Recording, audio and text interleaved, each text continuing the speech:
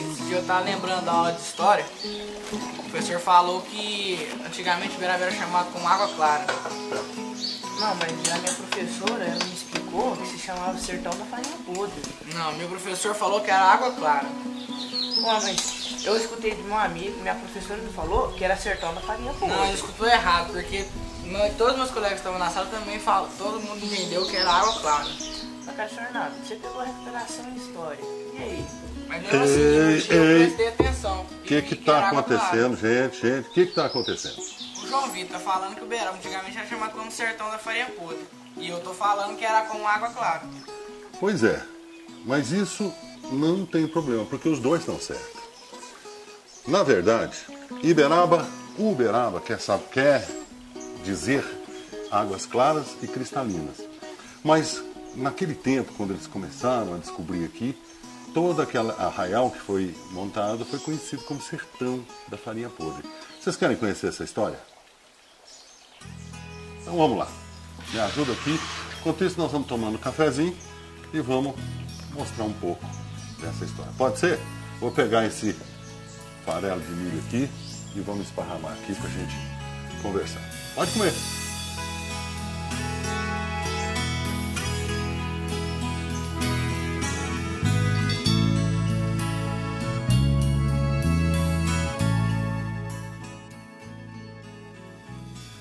Aqui nós temos o Rio Paranaíba, que vocês conhecem. Aqui nós temos o Rio Grande, com o seu dentinho, que vocês também conhecem. E que eles vão desembocar aqui no Rio Paraná. Para isso, a gente vai ter que voltar e contar a nossa história desde 1700, no século XVIII. O Brasil tinha só 200 anos de descobrimento. E aqui neste sertão, que era o fundão da capitania de São Vicente, só viviam os índios bororós e os índios caiapós, e também muitas feras. Era o tempo dos bandeirantes, do Anhanguera, do Borba Gato. Anhanguera ficou conhecido como Anhanguera porque ele botou fogo no aguardente e os índios ficaram com medo dele incendiar as águas e chamaram ele de Diabo Velho, que quer dizer Anhanguera na linguagem deles. Nos primeiros tempos, a colonização do Brasil predominou na região litorânea, ao longo de toda a costa. Mas aos poucos a coroa portuguesa percebeu a necessidade de interiorizar, ou seja, adentrar o território, dado que o território era muito vasto, com as possibilidades de muitas riquezas. Então os bandeirantes, a coroa portuguesa criou o movimento dos bandeirantes e os sertanistas que adentraram o território brasileiro, levando, eu posso dizer que eles eram os novidadeiros, levando a ideia de uma civilização, de um mundo onde as coisas eram diferentes, assim como Portugal, um lugar desenvolvido. Então a ideia de civilização, de povoar e civilizar os sertões. Inclusive, uma expressão muito utilizada na época, que era amansar os indígenas. Com a descoberta do ouro em Goiás, a região passou a ter uma importância estratégica. Eles vinham as bandeiras para trabalhar e buscar o ouro através dos rios. Então, o governador da capitania de São Paulo e de Minas Gerais eles começaram a empreender viagens e explorações que visassem um atalho nessas terras. E neste tempo, naquele momento, como toda a região era ocupada pelos índios, foi muito difícil, eles eram muito bravos. Quem fez essas viagens foi o Anhanguera II, em 1725, porque o pai dele já estava muito velho. E ele, quando fundou lá a Vila Boa de Goiás e voltou, ele fez a primeira investida nessa região. Como o sertão já passou a ser sertão da capitania de Goiás, e os índios eram muito bravos, eles estavam com muita dificuldade de conseguir colonizar aqui, o governador da capitania de Goiás criou um projeto de colonização, nomeando Antônio Pires de Campos para pacificar os índios da região. Então, ele veio até aqui e desenvolveu aqui uma viagem colocando uma aldeia de cada lado, cortando este velho sertão que ficou conhecido como Sertão da Farinha Podre. Quando os bandeirantes entraram pela região do Triângulo Mineiro, eles encontraram aqui os índios Caiapós e os índios Bororós. E isso gerou um conflito com os bandeirantes. Então eles nomearam um português chamado Antônio Pires e Campos para fazer todo o policiamento da região. E isso causou um conflito muito sério na região, porque os bandeirantes utilizaram dos índios Bororós para lutar contra os Caiapós. E isso provocou um extermínio completo na região das populações indígenas, visto que em 1820 havia só 8.000 índios na região. Em 1870, conforme documentos da ata da Câmara Municipal, não havia mais índios aqui. Como eu falei para vocês, nós estamos falando de capitanias hereditárias. Naquele tempo, o Brasil era colônia de Portugal e o sistema político era dividido em capitanias hereditárias, não eram estados. Como eu disse, nós estávamos na capitania de Goiás, capitania de Minas Gerais, de São Vicente, e descobriram ouro na região onde hoje fica a cidade de Sacramento. E lá atraiu muita gente e foi fundado lá pelo cônego Hermógenes Braunschweig Casimiro de Araújo, o julgado do desembarque, que tem muita importância na fundação e na história de Uberaba. O desembarque, no nosso mapa, fica localizado exatamente aqui. Naquele tempo, a capital do Brasil era Salvador, que depois foi para o Rio de Janeiro, que depois foi para Brasília. Junto com aquele momento e aquele período acontecia a Inconfidência Mineira, que eu sei que vocês já estudaram. Desemboque foi um arraial que surgiu às margens do Rio das Velhas, atual Rio Araguari, nas terras do atual município de Sacramento. E esse arraial surgiu ali e se desenvolveu consideravelmente para as circunstâncias da época por causa do ouro que existia e era explorado no leito do próprio rio. Esse arraial se desenvolveu tanto que dele começaram a surgir bandeiras e entradas a oeste, onde existia apenas, correndo a Marta Virgem, a Via Anguera. Aí nesse lugar é que essas bandeiras vieram no começo do século XIX. E daqui é que surgiram as cidades de Uberaba, Sacramento, Conquista.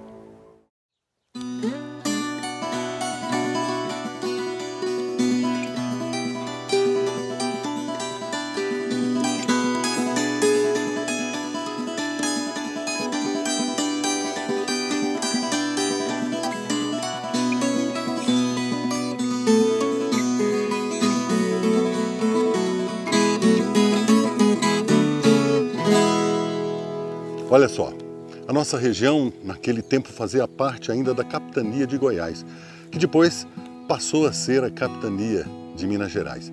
Ficou com Goiás até 1816.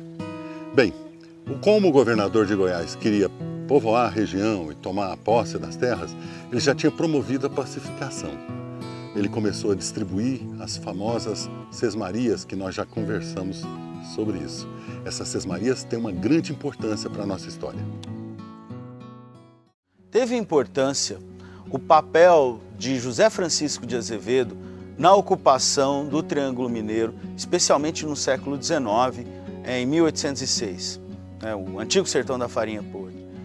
Isso através da fundação do Arraial da Capelinha, que foi criado em torno do córrego do Lajeado. José Francisco de Azevedo era um medidor de terras, e sesmarias, como se chamava na época, que eram grandes extensões de terras que eram distribuídas desde o período colonial. E ao entorno dele, vários outros transmigrados acabaram se estabelecendo nesta localidade. Em 1809, o sargento-mor Antônio Eustáquio da Silva Oliveira, conhecido como Major Eustáquio, é nomeado pelo governo de Goiás a se estabelecer nessas regiões como disciplinador de índios e como aquele que iria estabelecer a ordem e os processos de ocupação efetivas da terra. Ele funda uma fazenda, né, suas terras, onde hoje é a Fazenda Experimental Getúlio Vargas, e devido a esse fator, Uberaba estava prestes a ser fundada. Como aconteceu em todo o Brasil, o processo de ocupação das terras foram através de sesmarias. E Uberaba não foi diferente. Nós temos aqui próximo de Santa Rosa, sesmaria que foram doadas para Francisco de Azevedo. Temos também documentos de doação de terras, que é a sesmaria do Tristão de Castro doando para a igreja, na parte central de Uberaba hoje, onde está a Praça Rui Barbosa. E temos também o Antônio Eloy Cassimiro de Araújo, que é o Barão da Ponte Alta, que herdou as sesmarias de Santo Inácio, Bebedouro e Ponte Alta. Terras que, se a gente imensidão, daria aproximadamente daqui na divisa com o Sacramento, né? E temos também a presença dos escravos, e onde tem escravos, com certeza você vai ter as formações de quilombos, Tengo-Tengo, Ambrósio. Ainda viviam por aqui os índios e as feras. Nesse tempo o Brasil estava fervendo, Brasil colônia, porque desde 1808 Dom João VI mudou-se para o Brasil com a corte, fugindo de Napoleão. Nesse tempo, um homem de 51 anos, chamado Major Antônio Eustáquio de Oliveira e Silva, foi nomeado comandante regente dos índios do sertão da Farinha Podre pelo governador de Goiás, governador da capitania de Goiás, por influência do seu irmão. Ele empreendeu uma bandeira, foi até o Prata, fundou a cidade do Prata, depois passou por essas bandas. Mas há relatos históricos de terem passado por aqui também uma exploração comandada por um homem chamado José Francisco Azevedo, lá na região onde hoje é Santa Rosa, o distrito de Santa Rosa. Na prática, a nomeação de Antônio Eustáquio como curador dos índios significou o massacre de todos os caiapós que habitavam a região. Eles foram dizimados. Para você ter uma ideia da dimensão do genocídio, na segunda metade do século XIX já não havia mais registros de índios no sertão da Farinha Podre. E os sertanistas foram levados a exterminar os índios porque a mineração desenfreada no desemboque havia acabado com as terras. Buscar novas terras era uma necessidade urgente. E um dos sertanistas que lideravam esses grupos, chamado José Francisco de Azevedo, ele acabou fundando um pequeno núcleo populacional às margens do Ribeirão do Lajeado, e como estavam no sertão da Farinha Podre, o povoado ficou conhecido como Arraial da Farinha Podre.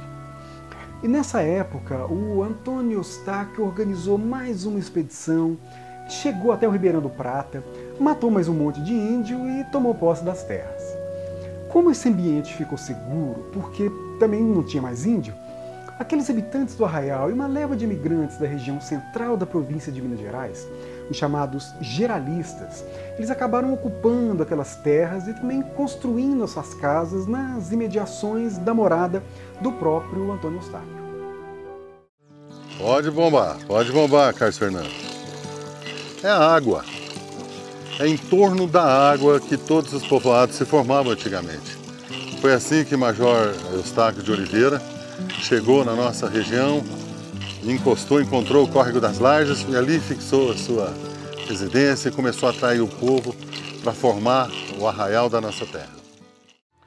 O Major Eustáquio, quando chega em Uberaba, ele já chega com os títulos de curador de índio e regente do sertão da Farinha Podre.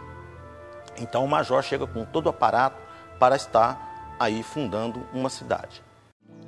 Mais tarde, em 1816, a nossa região do Triângulo Mineiro deixou de fazer parte da capitania de Goiás e passou a fazer parte da capitania de Minas Gerais.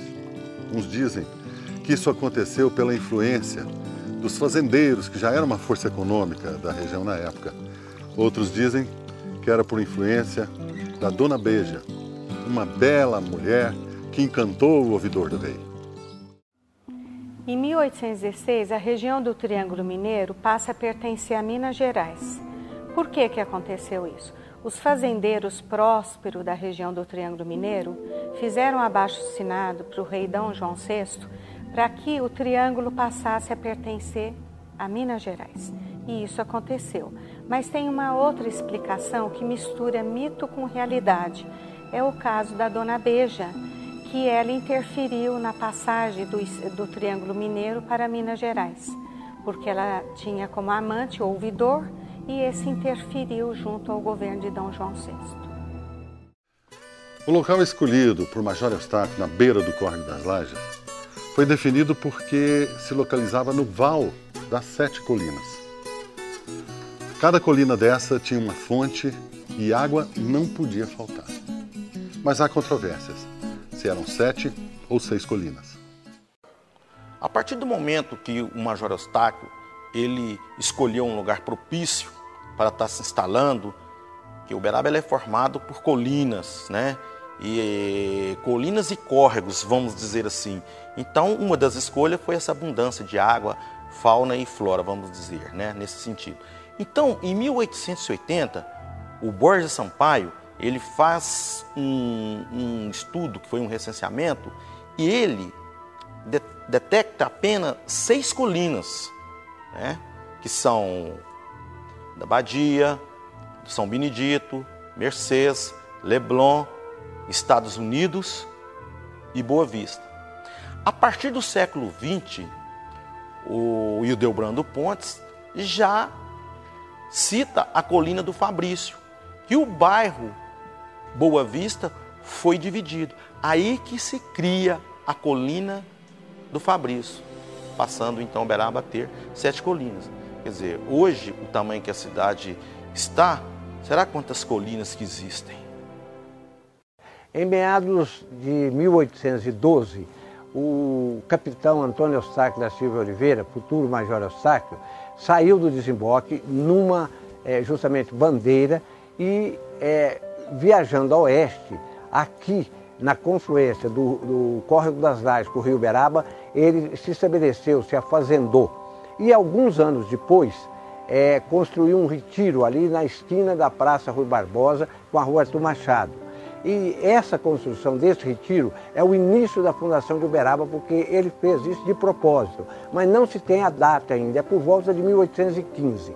5 anos depois, por trabalho dele e do seu primo, o cônego Hermódio, vigário lá do desemboque, Uberaba, que ainda nem tinha nome, não era oficializado, foi elevado à freguesia no dia 2 de março de 1820, por decreto de Dom João VI.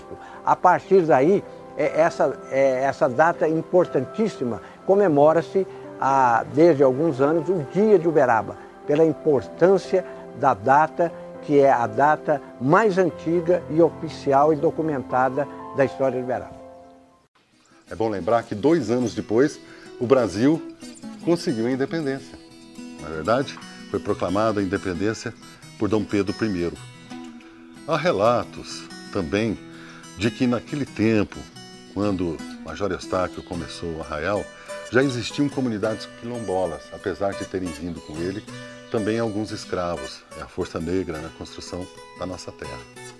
Mas em 2 de março de 1820, Major Eustáquio conseguiu de Dom João VI a elevação do arraial à freguesia de Santo Antônio e São Sebastião. E essa data passou a ser a data que nós comemoramos o aniversário da cidade. Uberaba experimentou um grande desenvolvimento. Em 1856, subiu à categoria de cidade. Após a abolição da escravatura, a chegada dos imigrantes também representou um grande marco de desenvolvimento para a cidade, para a nossa povoação e também com a chegada do trem de ferro. O final do século XIX foi muito importante para a nossa região. Isso se deu após a abolição da escravatura e a chegada do trem de ferro. A Mogiana trouxe também o telégrafo, barateou os transportes e a própria movimentação de viajantes estimulou os hotéis, teatros, cafés, restaurantes e acabou provocando algumas melhorias urbanas, como o sistema de calçamento, iluminação pública e algumas outras melhorias para a cidade. Também a gente tem que considerar a introdução do zebu e as primeiras importações desse gado trazidos da Índia, além da chegada dos imigrantes que puderam fundar suas casas comerciais ao entorno da Praça Rui Barbosa, na atual Rua Arthur Machado, a antiga Rua do Comércio, e trazer consigo novos hábitos, novos costumes e atividades econômicas. Nesse mesmo tempo, nós temos também a chegada de ordens religiosas e fundação de escolas e do Instituto Zootécnico, que foi o primeiro instituto superior de educação superior na região do Triângulo Mineiro. Uberaba já era reconhecida como uma importante cidade no interior do Brasil. Conhecida anteriormente como Sertão da Farinha Podre, Uberaba era a princesinha do sertão. A partir de 1910, a saga do Zebu e a ação empreendedora de seus habitantes garantiram grandes riquezas para a região. Por conta da qualidade das terras, todo mundo queria ter uma sesmaria na região. E naquele tempo, no meio do sertão inabitado, as terras eram simplesmente doadas ou vendidas por um preço irrisório. Para homens de prestígio, naturalmente, que tinham amizade com as autoridades. Borges Sampaio conta que terras a perder de vista foram compradas a troco de um casal de leitões, por exemplo. Principalmente a partir do comecinho do século XX, quando os pecuaristas trouxeram zebu da Índia. Isso fez com que alguns poucos patriarcas de prestígio se tornassem proprietários de fazendas gigantescas. E isso deu início ao domínio da cidade por algumas poucas famílias que fizeram fortunas com essas terras, principalmente com a pecuária, que foi a primeira atividade econômica relevante na cidade, ainda que concentrasse a renda nas mãos de uma parcela muito pequena. Mas, por causa da necessidade de estimular o comércio de gado, os fazendeiros começaram a se preocupar com a criação de vias de acesso à região, primeiro pelas estradas e também pelos rios. E muitos mercadores passaram a frequentar a cidade, e isso estimulou o intercâmbio entre o interior paulista, Goiás e Mato Grosso. E, finalmente, com a vinda da Mogiana em 1889, Uberaba alcançou seu auge urbano e comercial. Uma das linhas de atuações hoje importante para a cultura, nacionalmente e em Uberaba, é o resgate da identidade e da memória. Isso no sentido de fortalecer a nossa cidadania enquanto povo.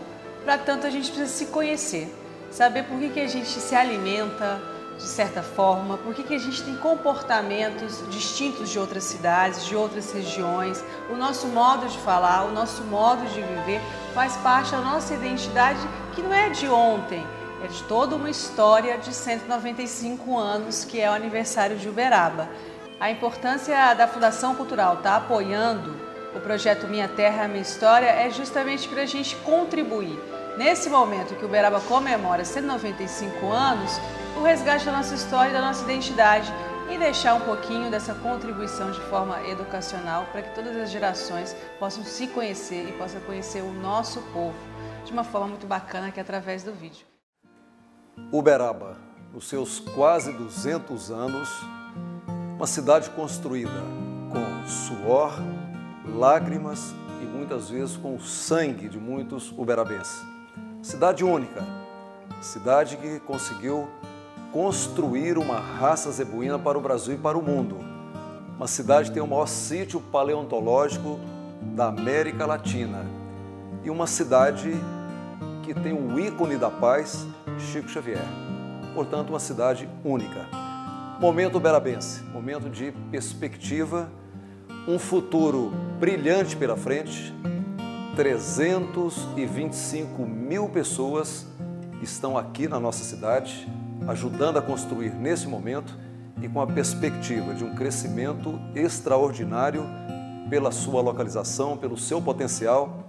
E é isso que nós esperamos dos uberabenses e é isso que nós esperamos da nossa Uberaba, que realmente seja essa cidade alegre, uma cidade que dá oportunidade para a sua gente, uma cidade em que confiamos no seu futuro, confiamos na sua gente. Bem, gente, essa é uma pitadinha da nossa história, a história da nossa terra. Terra que tem jabuticaba, tem mangas sabinas nos quintais, terra que tem fruta do conde, terra de gente guerreira e de gente faceira de bom coração. Minha terra tem jabuticaba, tem mangas sabinas nos quintais, Tem fruta do conde onde a lembrança é feito esperança, em Minas Gerais, terra de gente guerreira, de gente faceira, de bom coração. Minha terra tem 7 colinas, terra de lindas meninas, de cerrado e chapadão. Minha terra tem jabuticaba, minha terra é Uberaba, princesinha do sertão. Minha terra tem jabuticaba, tem mangas sabinas nos quintais, tem fruta do conde onde a lembrança é feito esperança, em Minas Gerais, terra de gente guerreira, de gente faceira, de bom coração. Minha terra tem 7 colinas, terra de lindas meninas, de cerrado e chapadão. Minha terra tem jabuticaba, minha terra é Uberaba, princesinha do sertão.